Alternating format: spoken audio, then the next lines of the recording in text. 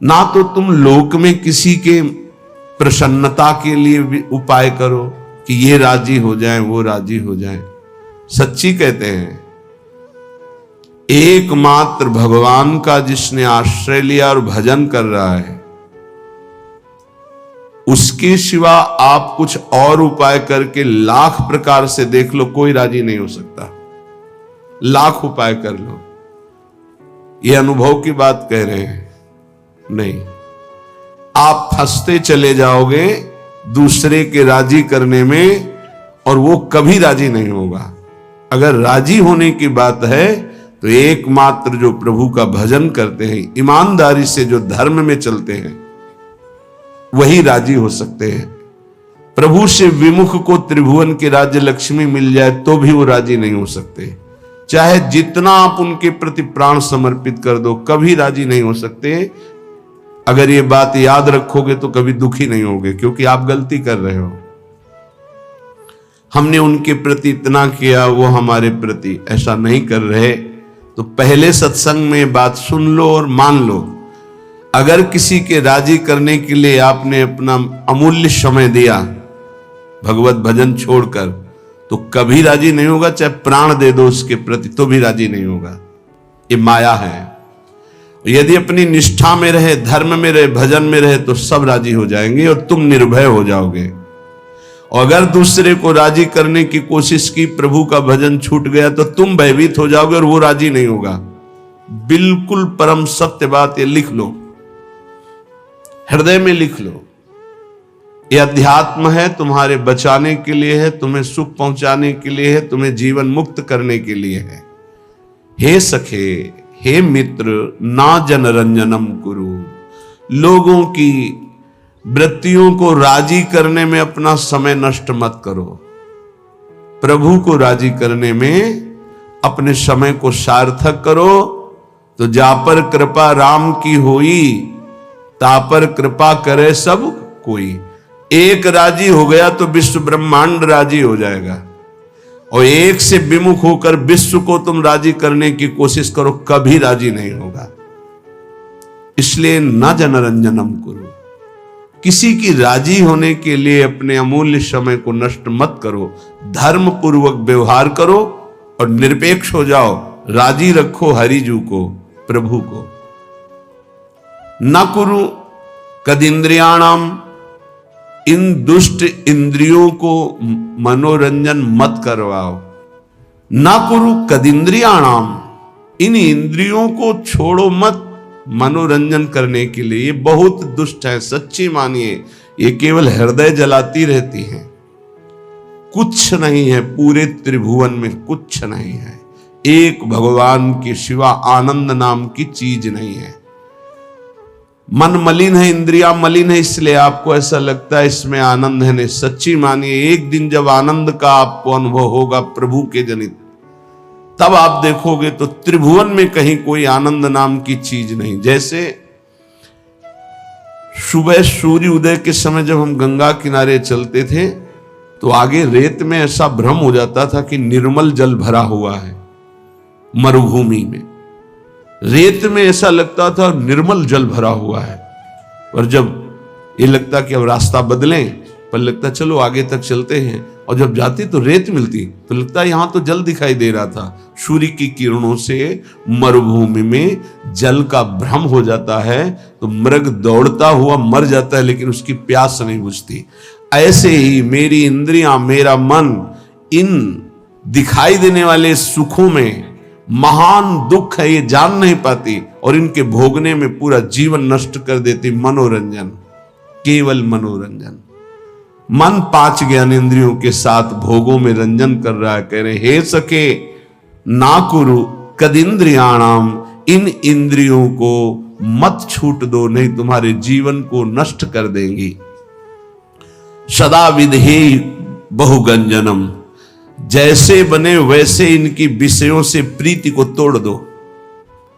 हठ पूर्वक तोड़ दो, विवेक के द्वारा तोड़ दो, भगवत समर्पित करके छोड़ दो। जैसे बने वैसे इंद्रियों से भोग भोगने की लालसा ये मिटा दो, तो तुम मनुष्य जीवन का लाभ भगवत प्राप्ति कर पाओगे। विधेहि बहुगंजनम, बहुगंजनम जैसे बने तुमसे वैसे हठ पूर्वक ज्ञान के द्वारा, भक्ति के द्वारा जैसे बने बचो, इन गंदी चेष्टाओं से बचो। ये मन इंद्रियां बहुत ही दुष्ट हैं, बहुत ही फुसलाकर पता नहीं चलता कि हमसे गलत करवा रही हो, गलत करवा देती है। हंसते हंसते खेलते खेलते अपराध बन जाता है, मन मलिन हो जाता है। पक्का समझ लेना, पहले उत्साहित करते फिर ये डराते हैं। पूरे जीवन डर में जीना पड़ता है उसको जो अधर्माचरण करता है। कल्पनात्मक भय, सामाजिक भय, भागवतिक भय, कर्म का भय उसे दंड देता रहता है, तभी वो डिप्रेशन में पहुंच जाता है। बिना पाप कर्म के डिप्रेशन नहीं होता, ध्यान रखना। हमसे जब अशुभ कर्म हो जाते हैं और मेरा मन मलिन हो जाता है, तब चिंता, भय, शोक इनकी हो, ऐसे क्रम बाई क्रम, कभी चिंता में डूबा हुआ है, कभी शोक में डूबा हुआ है, कभी कल्पनात्मक भय में डूबा हुआ है। वही मन जिसने इंद्रियों को उत्साहित करके पाप कर्म कराया, वही पूरे जीवन दंड देता है। इसलिए सदा विधेहि बहुगंजनम, हे मित्र जैसे बने वैसे पापाचरण न होने पावे। इंद्रियों के मनोरंजन में फंसकर अपने जीवन को नष्ट मत करो, ये बहुत दुर्लभ देह है, इससे भगवत प्राप्ति कर लो। प्रणय भंजनम सर्वतः, किसी से भी आसक्ति न होने पावे, किसी से भी ममता किसी से न होने पावे। प्रीति करो सबसे, सब जीवन सो प्रीति, रीति निबाहत आपनी, श्रवण कथन परतीति, यह जो कृपा हरिवंश की। प्रियालाल के यश कीर्तन, यही हमारे जीवन। वाणी से उनके गुणों का कीर्तन, नाम का कीर्तन, श्रवणेन्द्रिय से उनके यश का श्रवण, नाम का श्रवण, और सबसे प्रेम का व्यवहार। ममता नहीं, ममता होती देह भाव से और प्रेम होता है भगवत भाव से। मां में, पिता में, पत्नी में, पुत्र में, सब में भगवत भाव करो। ये भगवत भाव आपको जीवन मुक्त कर देगा। और ये केवल कोरी भावना ही नहीं है, सब में भगवान है। जैसे जितने भी यंत्र चल रहे हैं ये सब एक बिजली से चल रहे हैं, पर उसका यंत्र के कारण प्रभाव अलग अलग है। वही बिजली जब बल्ब में गई, हाइलोजन में गई, तो प्रकाश बन के चमक रही। वही बिजली पंखा में हवा कर रही, एसी में ठंडा कर रही, फ्रिज में और ठंडा कर रही है, हीटर में गर्म कर रही। बिजली के ये गुण नहीं है, ये यंत्रों के गुण हैं। बिजली तो एक रस सब में जा रही है। ऐसे कोई पाप कर रहा है, कोई अच्छे स्वभाव का है, कोई बुरे स्वभाव का है, ये सब शरीर और करण, इनके प्रभाव से परमात्म तत्व निर्लेप सब में धारा की तरह प्रवाहित हो रहा है। जैसे हर यंत्र में बिजली ही बिजली है, पर उसका प्रभाव अलग है, ऐसे ही स्वभाव अलग है। परमात्मा सब में समान रूप से विराजमान है। हमें उस परमात्म तत्व को मान करके प्रीति करनी। भक्त मान करके जानता है और ज्ञानी जानकर मानता है, बात एक ही होती है। ज्ञानी बहुत बुद्धि प्रधान होता है, इसलिए पहले वो तर्क के द्वारा उस तत्व को जानता है, तब मानता है। और भक्त भाव प्रधान होता है, हृदय प्रधान होता है, इसलिए तत्काल मानता है और मानकर जान जाता है। श्रीपाद कह रहे प्रणय भंजनम सर्वता, ममता किसी से ना होने पावे, सबसे भगवत भाव से प्रीति करो। हठम ना करो, मेरी बात मान लो, हठ करके हमारी आज्ञा का उल्लंघन मत करो। श्रीपाद कह रहे बड़े कृपालु हैं महापुरुष जन। हठम ना करो, बंधने बंध जाओगे अगर मेरी बात नहीं मानोगे। श्रुतम कलत्र मित्रादि के बपुर्व्यय समीहया निवस वत्स वृंदावने। ए भाई, ये बपुर, ये शरीर, इसकी पत्नी, इसके पुत्र, इसके पिता, इसके माता, इसके भाई, इसके रिश्ते, इसके नाते, ये सब माया के बंधन है। अगर उनमें भगवत भाव नहीं करते हो तो तुम्हारा जीवन इसी मोह ममता में फंसकर नष्ट हो जाएगा। अगर भगवत भाव करते हो तो नाथ सकल संपदा तुम्हारी, मैं सेवक समेत सुत नारी। नाम जप हो रहा, धर्म पूर्वक कर्तव्य का पालन हो रहा, सब में भगवत भाव, आपका अंतिम परिणाम भगवत प्राप्ति ही होगा, पक्का समझ लीजिए। मनुष्य जीवन का परम लाभ निश्चित प्राप्त होगा। तो कह रहे हट करके इनमें आसक्ति मत करो, इनमें देह भाव मत लाओ, भगवत भाव लाओ। तो हम कैसे लावें? तो बोले आओ श्रीधाम समीहया निवश वत्स वृंदावने। अय वत्स, अय प्यारे, अय पुत्र, अय मित्र, तुम वृंदावन आ जाओ। वृंदावन में तुम्हें रसिकों का संग मिलेगा और उस संग के प्रभाव से तुम सबसे प्रेम करो, लेकिन ममता किसी से मत करो, आसक्ति किसी से मत करो, मोह किसी से मत करो, खूब नाम जप करो। इसी जन्म में तुम्हें अनेक जन्मों के पापों का जो तुम्हारा संचित भंडार है वो सब भस्म करने का अवसर है। इसी जन्म में तुम्हें जो नवीन कर्म पाप बन गए हैं उनको नष्ट करने का सामर्थ्य है, अधिकार है। अगर चूक गए तो सब भोगने पड़ेंगे और अधिकार खत्म हो जाएगा। आप नवीन कर्म नहीं कर सकते किसी भी योनि में, किसी भी योनि में इतना अधिकार नहीं कि नवीन कर्म कर सके। ये केवल मानव योनि में है। ये कृपा होती जब विपत्ति आती है, प्रतिकूलता आती है। जब इस जीवन में प्रतिकूलता आई तो लगा पता नहीं कब प्राण निकल जाए। प्रारंभ में तो चतुरासी जी का गायन और चतुरासी जी का मानसिक गायन, मानसिक बार बार लगभग 1.5 घंटा में मानसिक हो जाती चतुरासी जी। मानसिक बैठे चल रहे जो जो प्यारों से लेकर आज हुआ देखिए तो प्यारी रंग भरी, फिर उल्टा चतुरासी जी आज हुआ देखिए तो प्यारी रंग भरी, छाण दे माननी मान मन धरी, नागरता की रास किशोरी, वृषभानु नंदिनी मधुर कल गावे। उल्टा ऐसे श्रीमद चतुरासी पूरा रमा दे। तो जानते हो उसका परिणाम क्या होता है? चतुरासी जी गा नहीं रहे, वो चल रहे। जैसे मंत्राकार वृत्ति ऐसे चतुरासी जी में भगवदाकार वृत्ति। एक एक अक्षर में श्यामा श्याम है, आप सच्ची मान लीजिएगा। सेवक जी महाराज देख रहे हैं, बड़े बड़े रसिक महापुरुष देख रहे हैं, कह रहे हैं श्याम श्यामा प्रगट प्रगट अक्षर निकट प्रगट रस स्रवत अति मधुर बानी, सोज बानी रसिक नित्य निस्दिन रटत कहत और सुनत रस रीति जानी, ताहि तजी और गाऊं कबहू न कछु प्राण रमि रही हरिवंश बानी। आप देखिएगा निहाल हो जाएंगे।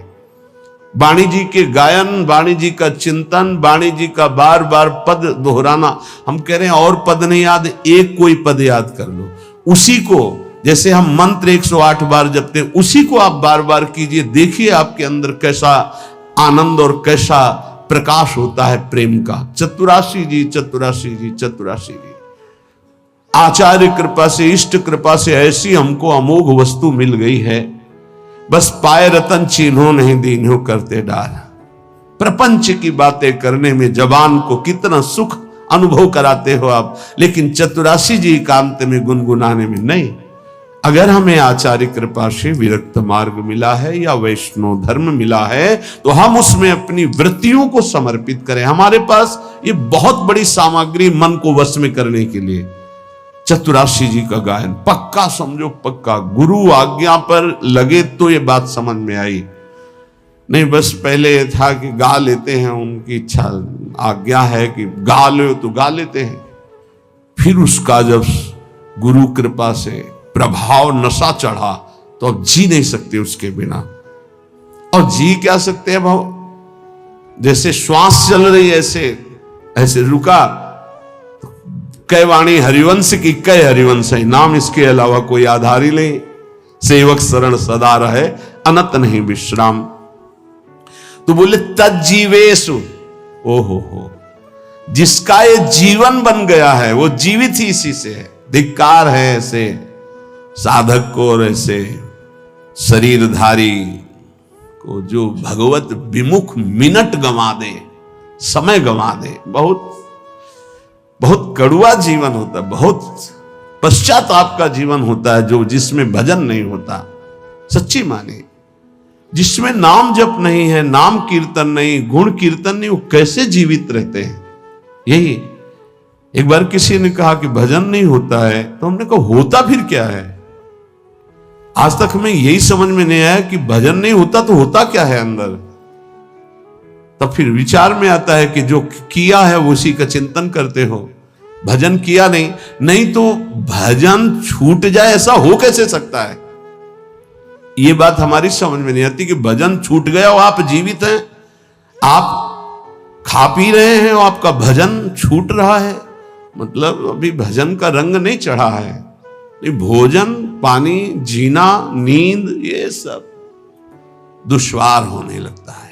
भजनानंदी का भजन ही जीवन, तज्जीवेशु, वो जीता ही इसी से है। ललिता ललित बजावत बीना, गुण गावत सोई जीवन जीजे। इस बात को आप पकड़ लीजिए।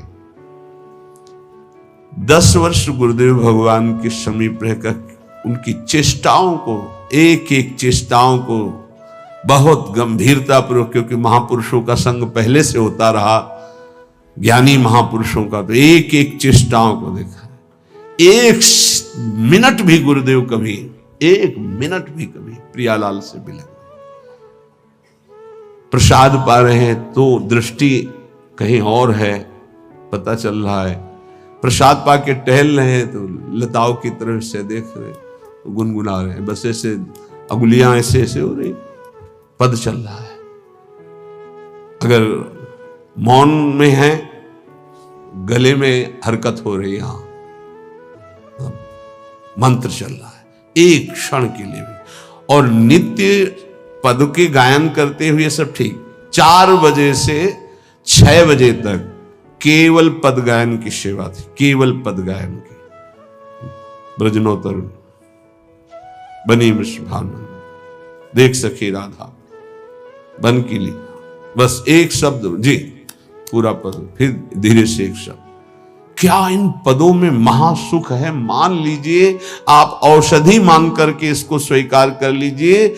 बड़े बड़े साधनाओं से जो लाभ नहीं मिलता, चतुरासी जी से विश्वास कीजिए। नाम बाणी जहां श्याम श्यामा तहां, नाम बाणी सुनत श्याम श्यामा सुबस, नाम बाणी निकट श्याम श्यामा प्रगट, तज्जीवेषु च वर्णयन समरसई संभूई संतर्कयन। बार बार लीलाओं का गायन करो, नाम कीर्तन करो, और समरसई, बहुत समझने की बात कह रहे, समरसई संभूई संतर्कयन, अपने रस वाले ही रसिक का संग करे। समरसई संभूय संतर्कयन, तर्क का त्याग करके अपने ही रस के रसिक का संग करें। और सब संतों की हम सेवा करेंगे, सब संतों को प्रणाम करेंगे, सब संतों के भाई वचन निकल रहे हैं सुनेंगे, लेकिन अंदर से हम मानेंगे और उस पर आचरण उतारेंगे तो अपने रसिक गुरुदेव के वचन। सम रसई इष्ट मिले और मन मिले, मिले भजन रस रीति। ये बहुत पकड़ने की बात है। आगे कह रहे संतर्कयन। काचे धर्मी प्रकरण में श्री सेवक जी महाराज कह रहे हैं कि जो कच्चे हैं, अभी पके नहीं हैं, जिनमें कचाई है, वो कैसे होते हैं? बोले श्री हरिवंश धर्मिन के संग आगे ही आगे जो रीति बखानत, आपने जान कहे जो मिले मन उत्तर फेर चवगुण ठानत। जाके बैठ गए। अब वो रसिक महापुरुष कृपा करके कुछ बोलना चाहते तो आगे ही आगे श्री हरिवंश धर्मिन के संग आगे ही आगे जो रीति ऐसे से ऐसा ऐसे से, और वो फिर चुप हो गए। वो कृपा करके आपको अमृत देने जा रहे थे, आप बीच में तर्क करके आपने उस अमृत की धारा को रोक दिया, तुम्हारा दुर्भाग्य। बोले कच्चे होते हैं, ये पक्के रसिक नहीं है, कच्चे रसिक हैं। क्या वो एक शब्द बोले या 4 शब्द बोल दिए, ये दिखाने के लिए कि हम बहुत विद्वान हैं, आप जो बोलना चाहते हैं उससे आगे भी हमको ज्ञान है। लेकिन आपको ये पता नहीं कि आपको केवल शब्दों का ज्ञान है, वो शब्दों में डूबकर उसका साक्षात्कार किए हुए हैं। उनको बोलने दो। वो जब शब्द बोलेंगे तो तुम्हारे हृदय में साक्षात्कार करने की योग्यता आ जाएगी, चुप रहो।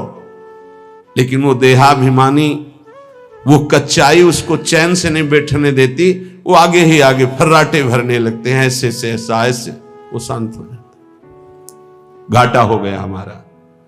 सेवक जी कहते हैं वैसे तो बड़े अनन्यता की बात करेंगे, और बैठत जाए भी धर्मिन में तब बात धर्म की एको नानत, काचे धर्मिन के सुनो छंद धर्मी धर्म मरम न जानत। थोड़े से लाभ के लिए दूसरों की सभा में बैठ करके, थोड़े सी सम्मान के लिए अपने इष्ट से अलग दूसरे का खान पान तो कीजिए रसिक मंडली माय, जिनके और उपासना तहां उचित ध्रुनाए। बैठत जाए भी धर्मिन में तब बात धर्म की एको न मानत। ये हमने देखा कि जो बौद्धिक और तार्किक प्रकृति के लोग होते हैं, फलाकांक्षी होते हैं, उनको सुधारना बहुत कठिन है। और जो बच्चा होते हैं सहज सरल आकर के ना, उनको बहुत जल्दी उन्नति हो जाती है। तो ये ऐसे काचे धर्मी जन होते हैं कि वैष्णव तो बन जाते हैं और अपने को अनन्य कहते, पर बैठत जाए भी धर्मिन में तब बात धर्म की एको न आनत। अब कहां गया तुम्हारा अनन्य धर्म, कहां गया तुम्हारा भाव? ये कच्चापन छोड़ दो तो प्रिया प्रीतम तुम्हारे हृदय में हरिवंश प्रताप से उदय हो जाएंगे। ये हरिवंश धर्म के सिद्धांत का वर्णन करने वाले श्री सेवक जी महाराज कह रहे हैं, तो बातनी जूठनी खानी काहे मुख देत प्रसाद अनूठो ही छाड़त, ग्रंथ प्रमाणिक जो समुझाइए तो तब क्रोध रार फिर मानत। हमारे माई श्यामा जी को राज, ठीक है, बोले, तिलक भी लगा है, कंठी भी है। ये प्रत्यक्ष की बात करें। रात्रि के शयन के बाद टिकिया का प्रसाद इतनी छोटी छोटी, कभी मिला होगा आप लोगों को, देखा होगा, प्रसाद श्री जी के शयन भोग का बाद में बंटता है, छोटी छोटी टिकिया, ऐसे बड़ा सौभाग्य होता है। तो 4-5 हमें दे दी, वैसे एक एक ही बांटते, पर प्रभु की लीला 4-5 देते। अब हमारे अंदर आया कि इसे बांट के पाना चाहिए। तो श्री जी के शयन के बाद महाप्रभु के मंदिर में जाकर प्रणाम करके जे तो एक वैष्णव प्रसाद ऐसे, आ तो व्रत था, तुरंत उसे उठाया। हमका कौन सा व्रत था? प्रसाद में किसी व्रत का खंडन होता है क्या? बोले नहीं, है तो अन्न। तुमका आज प्रसाद नहीं है, अन्न है, तो कल प्रसाद कैसे हो जाएगा? ये बहुत हृदय में जलन हुई और नियम लिया, आज के बाद बिना मांगे किसी को प्रसाद नहीं देंगे। अगर कोई मांगेगा भी तो अधिकार देख कर देंगे, नहीं तो नहीं देंगे प्रसाद हम ऐसे किसी को। तो बोले बातनी जूठन खान कहे मुख देत प्रसाद अनूठो ही छाणत। वैसे तो बहुत बातें बुलाएंगे, लेकिन गुरुजनों की, रसिकों की जूठन की अनन्यता नहीं है, श्री जी की जूठन की अनन्यता नहीं है। ये देखो वृंदावन प्रेम रस है, सब प्रसाद ऐसे रखते हैं यहां माथे पे, पर जानते हो यहां वही जाएगा जिसको महारानी जी ने पाया है। अगर महारानी जी विराजमान है पार्श्व में कहीं भी, तो जूठन जाएगी, और महारानी जी विराजमान नहीं तो यहां प्रसाद होगा, यहां नहीं जाएगा। ये हमारी लाडली जी ने वहां पाया नहीं है तो हम नहीं पाएंगे। बोले लालजू ने तो पाया है, तो हमारे लालजू वहां हो ही नहीं सकते। राधा संग बिना नहीं श्याम, श्याम बिना नहीं राधा नाम, छिन छिन प्रति आराधत रहीं। हमारे जुगल कभी एक क्षण के लिए बिलग हो ही नहीं सकते। जहां प्रियाजू वहां लालजू, जहां लालजू वहां प्रियाजू। श्री विठल दास जी द्वारिकापुरी में राजा के संग थे, सूबेदार पद में थे, राज्यपाल थे, पूरा राज्य उनके शासन में, राजा के अधिकार में थे। तो राजा के इष्ट देव थे द्वारिकाधीश, द्वारिकाधीश के रोज दर्शन करने जाते थे जब वहां रुके हुए थे, पर ये नहीं जाते थे। जहां राजा उधर गए तहां अपने राधा वल्लभ जी की छवि हरिवंश महाप्रभु की जो विराजमान थी बस उन्हीं के परिचर्या और भोग लगाना और पद सुनाना। फिर समय ही कहाँ है रसिक को अपने आराध्य देव की सेवा से। तो जो द्वेषी जन थे उनको समय मिल गया, उन्होंने कहा कि महाराज आपने एक बात देखी क्या, ये आपके जो सूबेदार राज्यपाल विट्ठल दास जी हैं, ये द्वारिकाधीश के दर्शन करने एक दिन भी नहीं गए, जरा आप इनसे बात करेंगे कि क्यों नहीं गए।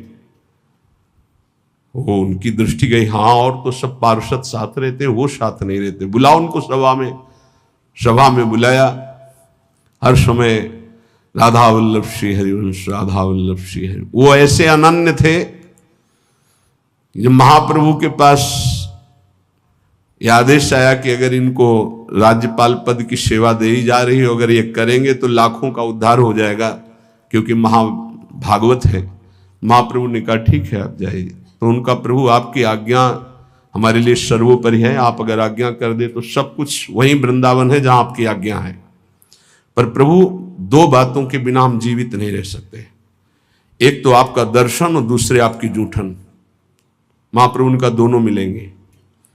तत्काल चित्र का पहला चित्र महाप्रभु का उसी समय बनाया गया। देख करके महाप्रभु का चित्र बनाया, चित्र दिया।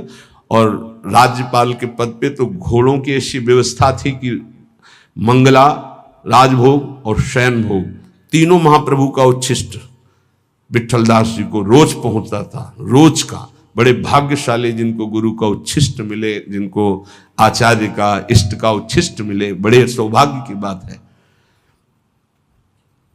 विट्ठलदास जी से कहा तुम किसकी उपासना करते हो, द्वारिकाधीश के दर्शन करने क्यों नहीं गए। तो उन्होंने कहा राधा बिहारी मुरली मनोहर ललित त्रिभंगी वृंदावनाधीश्वर युगल सरकार की।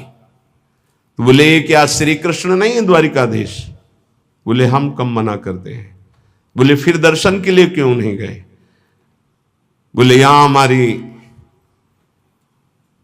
प्रिया प्रीतम की जोड़ी नहीं है, यहां अखिल कोटि ब्रह्मांडों के अधीश द्वारिकाधीश और महालक्ष्मी रुक्मिणी जी चरण सहला रही, परम बंदनी महामहिम है। पर हमारे नेत्र जो है मनोमृणाल भूषण भूषित भुज श्याम अंश पर डारी, जैसी हरिवंश जुगल करनी गज बिहरत बन पिया प्यारी। हमारे नेत्र तो इस रूप का पान करते हैं। अब राजमद तो होता ही है। तो फिर मैं कह रहा हूं क्या ये प्रभु नहीं है। तो बोले फिर कह रहा हूं प्रभु हैं, पर मेरे नेत्रों को इनकी प्यास नहीं। मेरे नेत्रों की प्यास तो ललित त्रिभंगी मुरली मनोहर राधा बिहारी है। और मैं आपसे प्रार्थना करता हूं कि मुझे कहीं दर्शन करने की आवश्यकता नहीं। मेरे रोम रोम में वृंदावन कुंज निकुंजे और प्रिया प्रीतम विराजमान हरिवंश प्रताप से। राजा को आवेश आ गया, नीचे उतरे, सभा में से उनका वस्त्र पकड़ा और कहा कहां रोम रोम वृंदावन तुम्हारे है। और जे ही ऐसे अचलाहट आया तो ऐसा महान प्रताप गुरु जूठन का उच्छिष्ट का श्री हरिवंश श्री हरिवंश श्री हरिवंश सब सभा को दिखाई दिया। रूप बेली प्यारी बनी सुप्रीतम प्रेम तमाल, दो मन मिली एक भय से राधा वल्लभ लाल। ऐसे लता भवन मंदिर में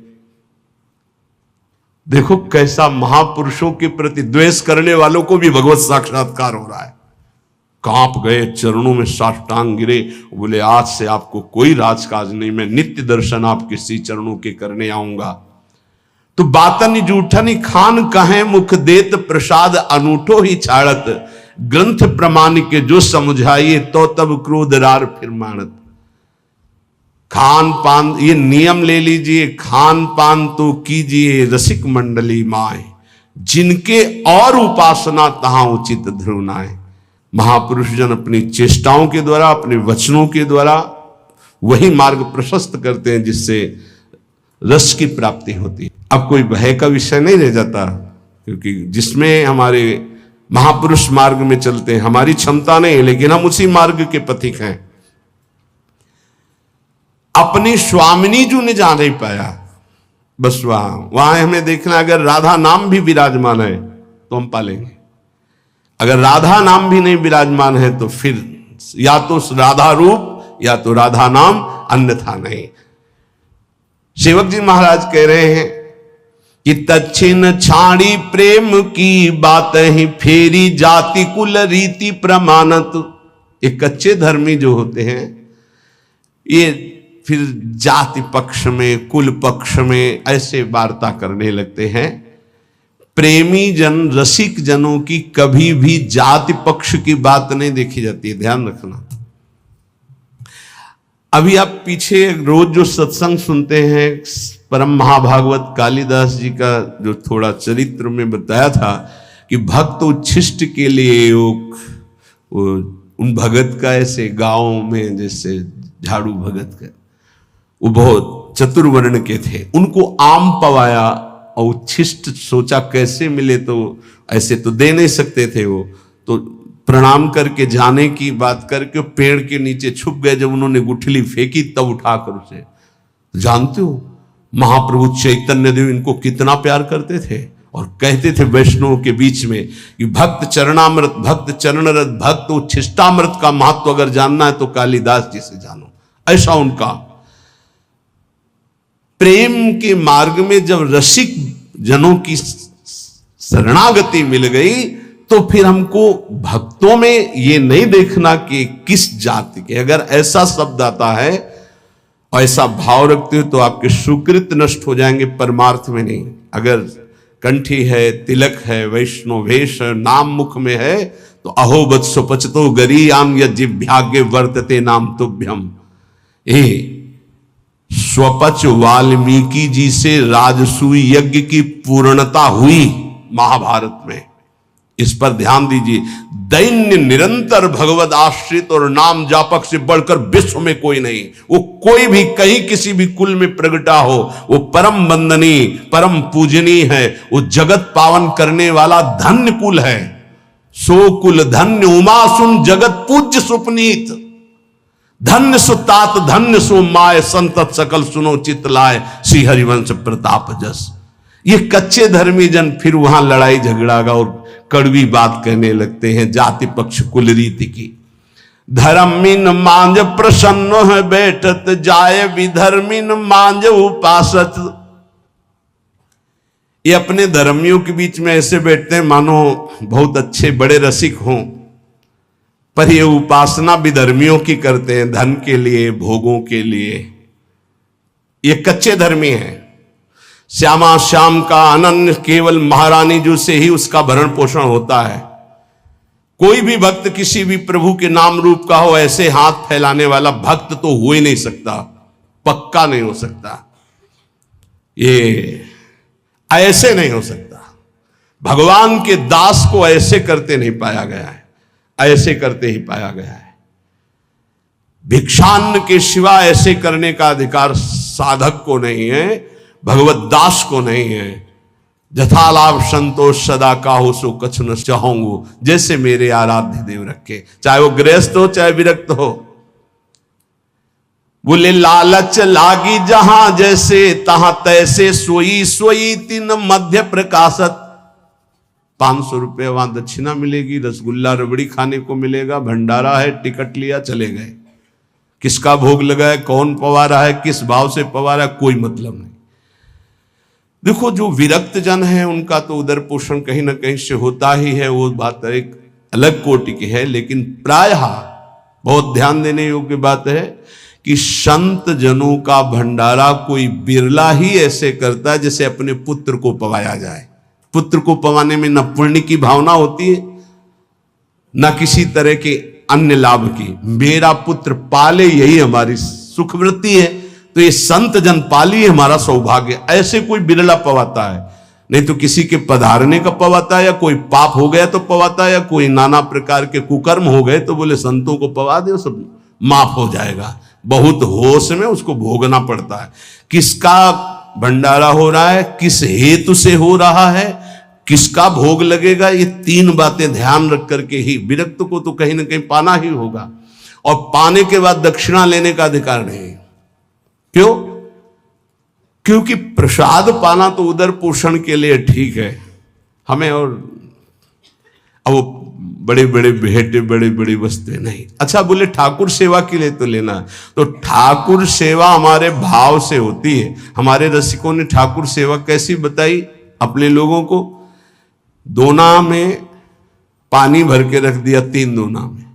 अब उसी में हम भावना करें, एक में खीर है, एक में कढ़ी है, फुल्का ये रखा हुआ है, इसमें अमुक पदार्थ है अमुक, और आधा घंटे भाव में डूबे हुए या भोग के पद गाते हुए, जो वृंदावन दास जी ने 56 भोग का वर्णन किया, पूरा पद गा दिया और आचमन कराया और जल उठा के पी लिया, लग गया हमारी श्री जी को भोग। ये हमारी श्री जी को इधर उधर के पैसों से इत्र और भोग और ये सब वस्तुएं नहीं चाहिए। आप सच्ची समझिए, भावोत्सवेन भजताम रस काम धेनुम तम राधिका चरण रेणु महामिश्मरामी। एक माधुकरी की रोटी हो, एक बड़े धनी मानी के द्वारा बनाया हुआ 56 भोग हो, तो श्री जी माधुकरी की तरफ देखेंगे। ध्यान रखना, ये कभी भावना करो कि किसी की हम चाटुकारिता करके रुपया पैसा इकट्ठा करके श्री जी को भोग लगाएंगे तो श्री जी राजी हो जाएंगे। नहीं, भावोत्सवेन भजताम। तो लालच लागी जहां जैसे तहां तैसे, सोई सोई तिन मध्य प्रकाशत। ये नहीं है, साचे धर्मियों के हृदय में ऐसी बात नहीं हो सकती, काचे धर्मियों के हृदय में होती है। कच्चे धर्मी जहां जो दक्षिणा और लाभ हो, कपड़ा और लत्ता, वहीं खड़े नजर आएंगे। सेवक जी महाराज कह रहे बाद ही होते कुम्हार को कूकर, खाली हृदय गुरु रीति न मानत। काचे धर्म मिन के सुनो छंद, धर्मी धर्म मरम न जानत। कुम्हार के घर में अगर कुत्ता प्रवेश करे तो क्या मिलेगा? सैकड़ों माट रखे हुए हैं, लेकिन उनमें कुछ नहीं है। केवल उसको उस भांड में घूमना है, मिलेगा कुछ नहीं, क्योंकि वो कुम्हार का घर है। उसमें केवल मिट्टी के पात्र बने हुए रखे हैं, कुछ पक्के कुछ कच्चे, कुछ नहीं है उनमें। बोले ऐसे ही ये जो कच्चे हृदय वाले लोग होते हैं, भटकते रहते हैं, इनको कुछ हाथ नहीं लगता, न रस और न लोक की वस्तुएं।